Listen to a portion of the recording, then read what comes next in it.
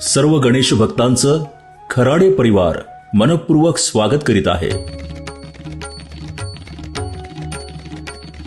पंढरपूर गावात एक लहान प्रेमळ मुलगा राहत होता. हा मुलगा विठ्ठलाचा परमभक्त होता. सकाळी उठल्यावर, खेळायला जाण्यापूर्वी, जेवणाआधी आणि झोपण्याआधीही तो नेहमी विठोबाचं नाव घेत असे. त्याला वाटायचं विठोबा म्हणजे त्याचा खरा सखा, खरा मित्र आहे. एकदा काय झालं, त्याची आई बाहेर गेली होती आणि जायच्या आधी तिने त्याला सांगितलं की बाळा, घरात मी खीर बनवली आहे, ती खायच्या आधी देवाला त्या खिरीचा नैवेद्य दाखव. हा मुलगा अतिशय आज्ञाधारक होता, पण त्याला एक विचार सुचला.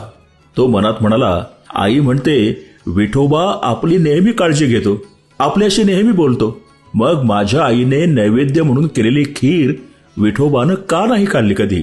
त्याने देवाला मनोभावे नमस्कार करून नैवेद्याची खीर विठोबाच्या मूर्तीपुढे ठेवली आणि म्हणाला, विठोबा, ही माझ्या आईने केलेली खीर आहे. माझी आई तुला नेहमी नैवेद्य दाखवते, पण तू कधी हा नैवेद्य खाल्ला नाहीस. आज मी तुला हा नैवेद्य देतोय आणि तो तू खावास अशी माझी इच्छा आहे. विठ्ठला, आज तू माझ्या समोर बसून खीर खायची म्हणजे खायची. नामा, मी जर खीर खात बसलो तर मग विटेवर कोण उभं राहणार? एवढंच ना, मी उभा राहतो. पुढे हाच मुलगा संत नामदेव म्हणून अवघ्या भारतभर प्रसिद्धीस पावला. अशा प्रकारे नामदेवांच्या निस्सीम भक्तीनं विठोबाला खीर खाण्यासाठी यावं लागलं. भक्ती खरी असेल तर देवाला प्रसन्न करून घेता येतं. नाम्याची खीर साखतो, चोखोबांची गुरे राखतो.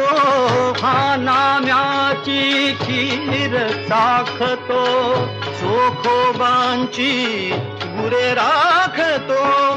पुरंदराचा हा परमात्मा, पुरंदराचा हा परमात्मा, वाली दामाजीचा